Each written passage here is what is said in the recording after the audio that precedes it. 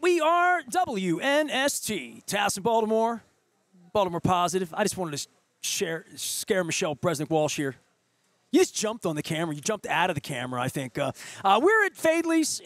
We're in the old Lexington Market. We thought we were going to be in the new Lexington Market. I thought I'd be standing, but I'm sitting. But she's short, so I moved the camera down, so it's great. We're doing a cup of soup or bowl. It is crab cake row. Did Radio Row for 27 years.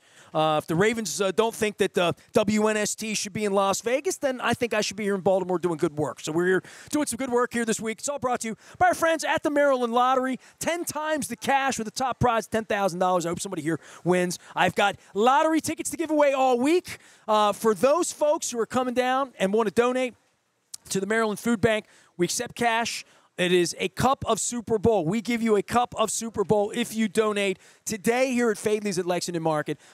Tuesday will be at Costas. Wednesday will be at Coco's. Thursday we will be at State Fair in Catonsville. And then on Friday at Pappas. We'll be there from 9 until 5 doing live radio until I get knocked off. I get sick of doing it. People don't show up. Or it's 5:01 on Friday, and I know one thing that's going to happen at 5:01 on Friday. The Ravens are still not going to be in the Super Bowl, and the Orioles are still going to be sold. And for that, I am looking forward to going to an Oriole game with full orange regalia with Michele Bresnick Walsh, who is my friend. Unfortunately, you've been my friend for 10 years because it's unfortunate how we met. But we met. I found a picture, 2 pictures of you and me in the day. I found the second one that I don't know if you know about, but the first picture was the Jersey Joe Flacco picture. So Michele Bresnick Walsh is one of the founders of There Goes My Hero. They helped save my wife's life. Michele was my wife's coach. We did not know each other, but apparently you had met me before that, right? So you remember the Joe Flacco. Do you remember taking another picture with me and my wife and our friends in the parking lot at Miami? You're in a picture with us. Oh, yeah. I remember that. I didn't know you then. Yeah. I think we met up. I think this was after. Because I definitely found you guys in Miami. I thought Jen's hair was blonde. No? This was but after Jen survived. I think I met you guys in New Orleans at the Super Bowl, and I didn't know you then. So maybe there was a picture from that. But I definitely knew you when we were in Miami. I met you on opening day, April of 2014. My wife was diagnosed March 20th of 14. But then when I met you, you're like, I got a picture of you and Joe Flacco. And I'm like... And there, damn if you don't. Me and Flacco, you took it of me. Flacco had his hair shaved, and he did the Jersey Joe thing. It was at the Goodwill, another one of our great sponsors, Halloween event. And I was Snooki, so you're the one who took the picture of me and Joe, because I was. I don't have a picture with you and me and Joe. Then it's just you and Joe. Maybe you do, but you sent me the picture, so that's how we met. You emailed it to me. I just gave you my business card, and you're like, "Here's this picture," and then years later we met. You, me, and Joe, but maybe I don't. You know, Joe's doing all right, huh? Yeah, I was pretty happy for him. He came on a couple weeks ago. He was great, and I dug that. How are you? What's going on? I'm doing really well, thank you. I don't know whether to friend you out or There Goes My Hero you out or leukemia you out or cancer. I don't. Lawyer, sports. We can do anything. But I'm glad you're here. And the basis of all of this, I mean, you met me in the worst circumstance ever in the hospital, my wife's hospital room. She had just had this awful procedure on her spine where they basically stick a needle into your bone. I still can't get over it. She said to me last night, I was at yoga. I still can't lay on my back flat. And I'm like,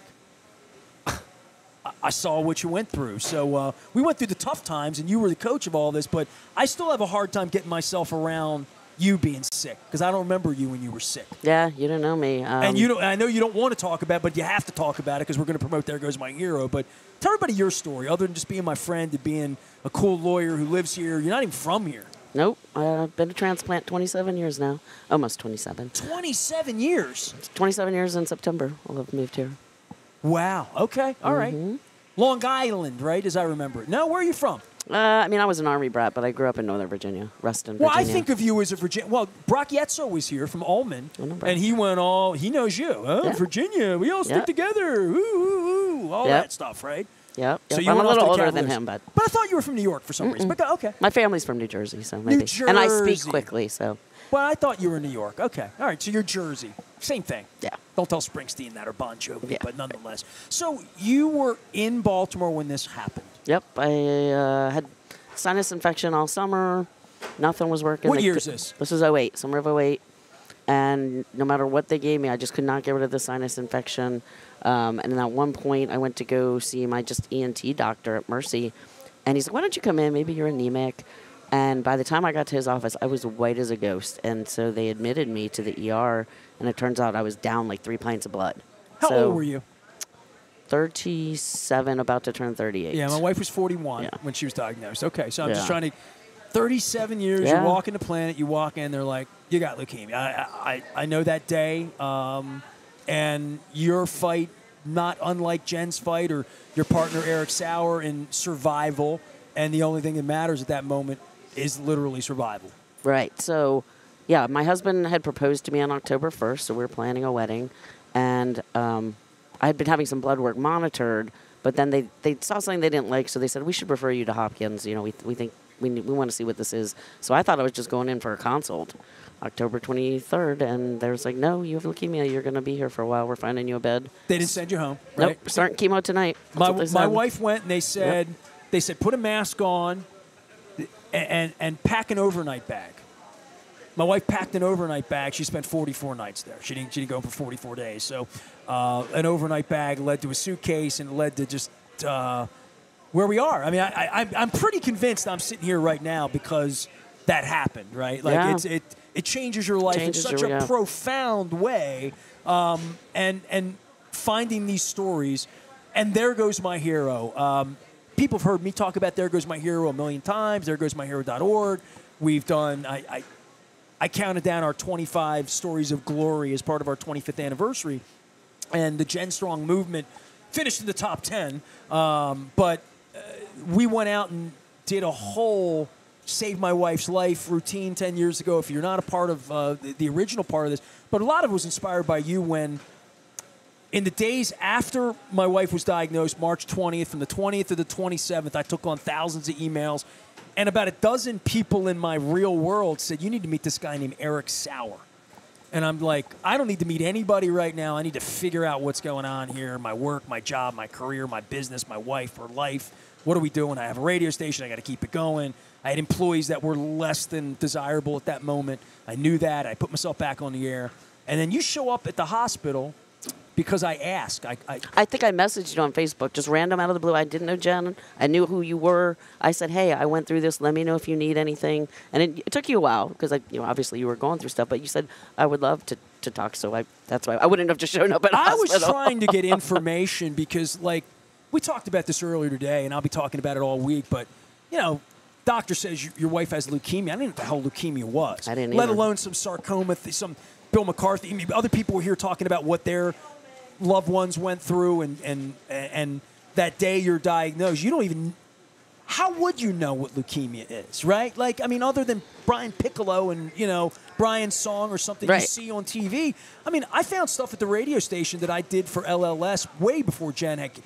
I went out and hosted events, did things, and I didn't even know what leukemia was, or that it was solvable. I certainly, when they said you had leukemia, I thought she's going to die because that's was my childhood association to everybody. If you got cancer, you died in 1980, right? That's kind of the way it was. It's not that way anymore, right? And did you know that? You're really smart, and you went to college, and you're a lawyer, and when they said you had leukemia, did you immediately know it could be solved? Well, that's I have a lot of cancer running rampant in my family, but that was not one that I was expecting at all. Breast cancer runs in my family, lots of different health problems, but leukemia was out of the blue, particularly I was in pretty healthy shape for a 37-year-old woman. No, I didn't know. They said, you have leukemia, we're starting chemo tonight. I didn't know what that meant.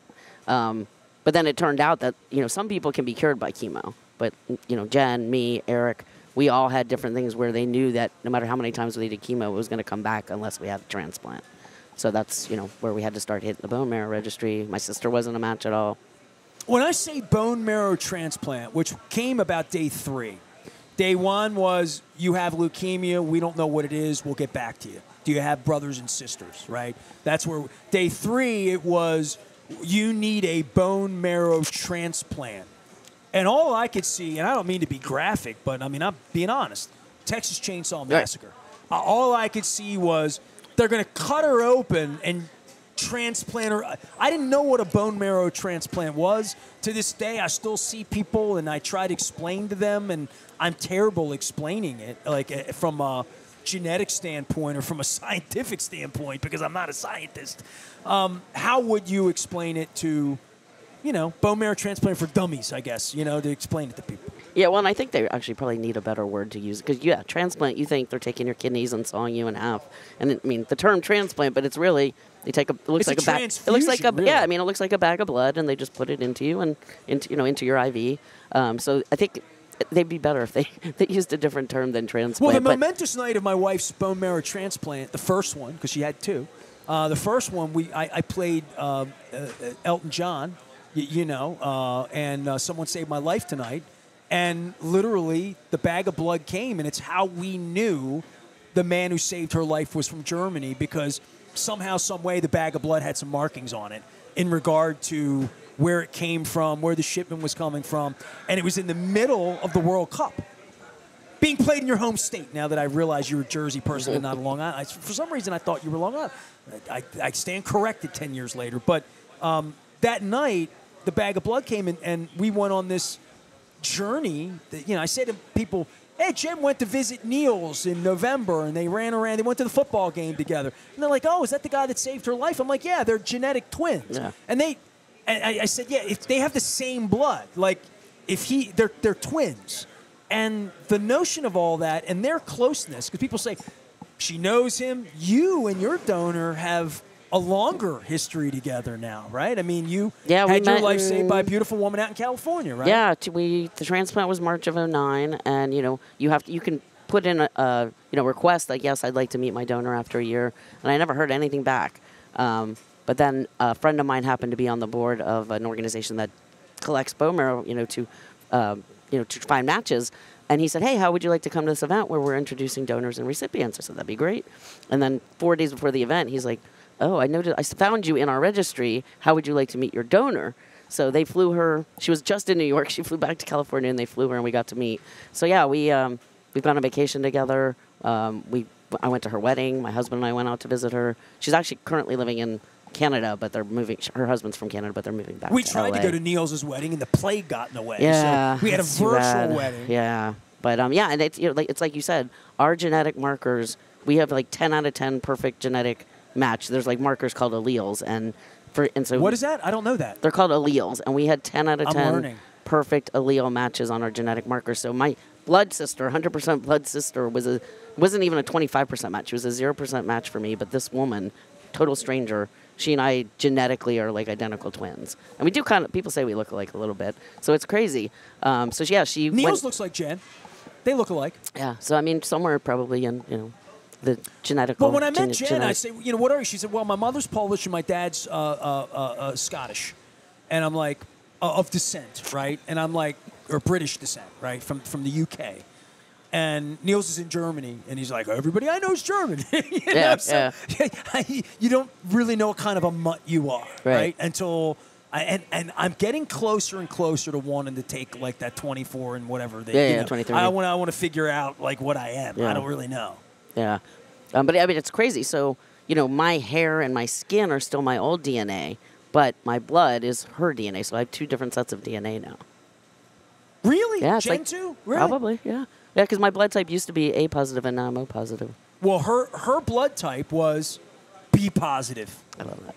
So that was how the Baltimore positive movement happened, because my wife was B positive, and the man who saved her life was B positive too. She did not change blood types. Yeah. So, but she's doing well. People ask about my wife all the time, how you doing, how you doing? How much of your life is defined by your leukemia and people knowing you and coming up and saying you're still okay? Because I didn't know you when you were sick. I just know you as sort of this saintly person who came and saved my wife's life and helped her out and tried to get her to be comfortable at a time when you were the only resource, you and Eric were the only resources she had to say what the F is going to happen next? What's the next awful thing that's going to happen to me while I'm trying to have my life? Because if I try to black it out, and I'm sure you do too. I mean, when it comes to Jenna, we don't talk about it ever. We don't go there. We don't discuss it in dark times, good times.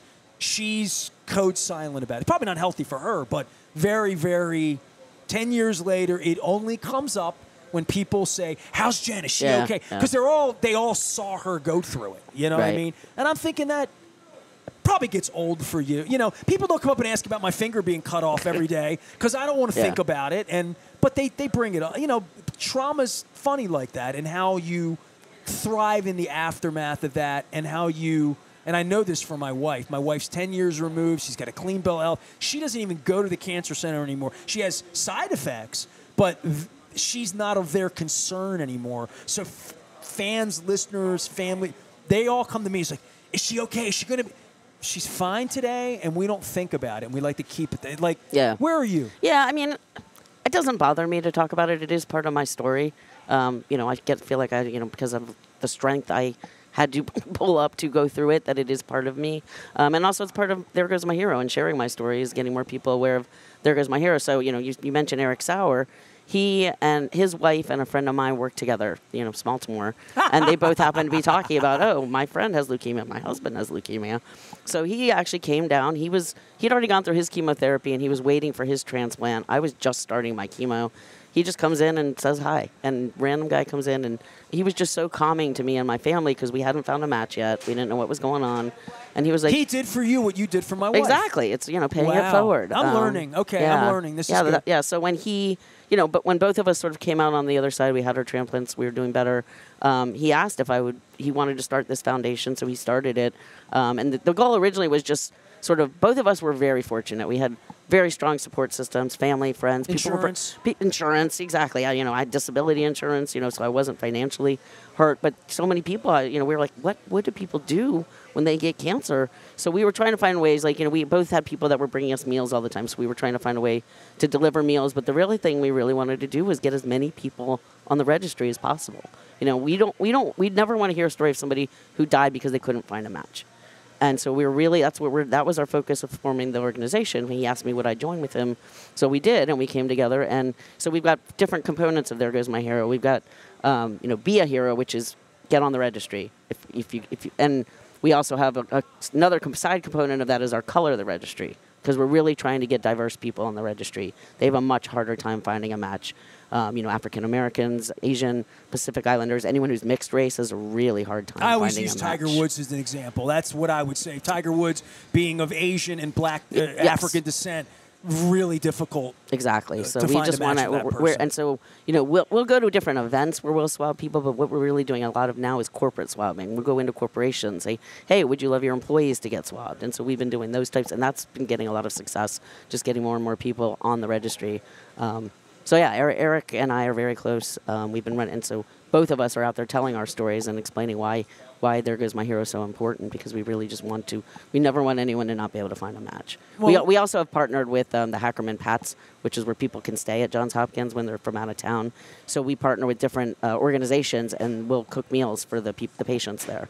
I had the folks from the Hope Lodge here earlier today. Similar. Society, yeah. And there's just so much good work being done out there, and that's why I dedicated this week. I'm not going to be out in Las Vegas talking about football. And when I was talking football, everybody would come by. They would all have a cause. They would all have a story. Right. They would all want to do something good to make the world a better place. The reason they're there promoting stuff, right? So I figured this would be a way to do this. How's Eric doing? I haven't seen him in a while. He's doing well. We haven't seen each other in a while. We have board meetings, so we were on screen, but we've been meaning to get together. Yeah, they're doing well. When Eric was diagnosed, his wife was like 9.5 months pregnant, like ready to give birth. And they lived up in Bel Air. So she was coming down every day, pregnant, also with like a 5-year-old. I didn't have to deal with that stuff. I just had a fiance to deal with. So, it was really taxing on them. And he's doing really well. The son, who was 5 at the time, is in college now, and Joey, who was born in 2009, he's in high school, so it's great to see. I went fishing with the little one a couple years ago. We did some fly. It's the last time I saw Eric. We went fly fishing 2 summers ago with Dan Rodricks. Okay. Dan took us out fly fishing out in Williamsport, Maryland, believe it or not, way out in the skinny little part in the upper northern Potomac River something. I didn't catch anything.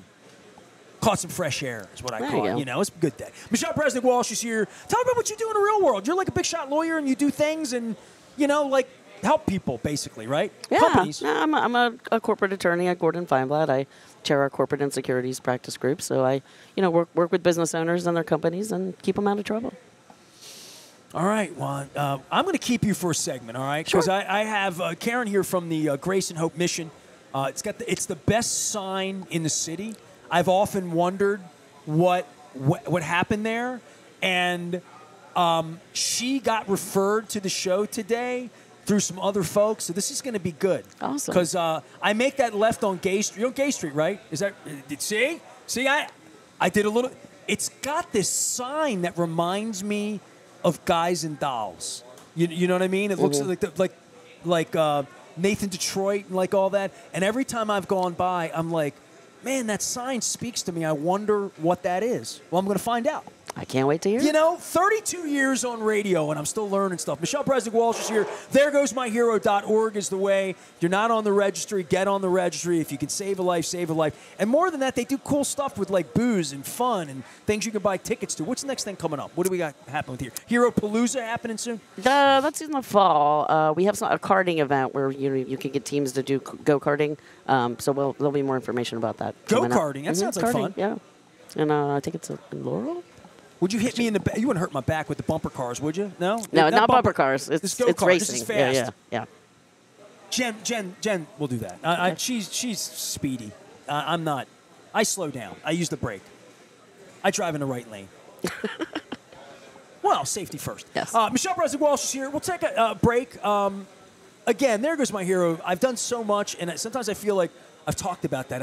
I'm like, no, we need to keep talking about it and keep it out in front of people, because every time somebody comes up and asks me about my wife, I'm like, well, you can do something about it. You can participate in a small way or a big way. Come to a party, buy something, or get the Q-tips in your mouth. Get yourself swabbed. If you're under 40, for sure. If you're young enough, please do it. It's fundamental. It's why she's alive. It's why Eric's alive. It's why my wife's alive, and it's important.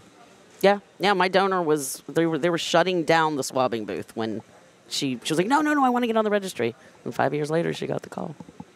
Look at you. Yeah. All right. Well, we're going to party together at Mako this summer. Michelle's going to stay another segment. This is a cup of soup or bowl. It's Crab Cake Row. We're at Fadley's at Lexington Market, the original Lexington Market. The new Lexington Market's there, but the Fadley's is just getting there. It'll be there in a couple of weeks. I think by St. Patrick's Day. I thought it was going to be there by today, but it's not. We're here in the original location, so you still can enjoy. You ever had the mac and cheese here? I've not.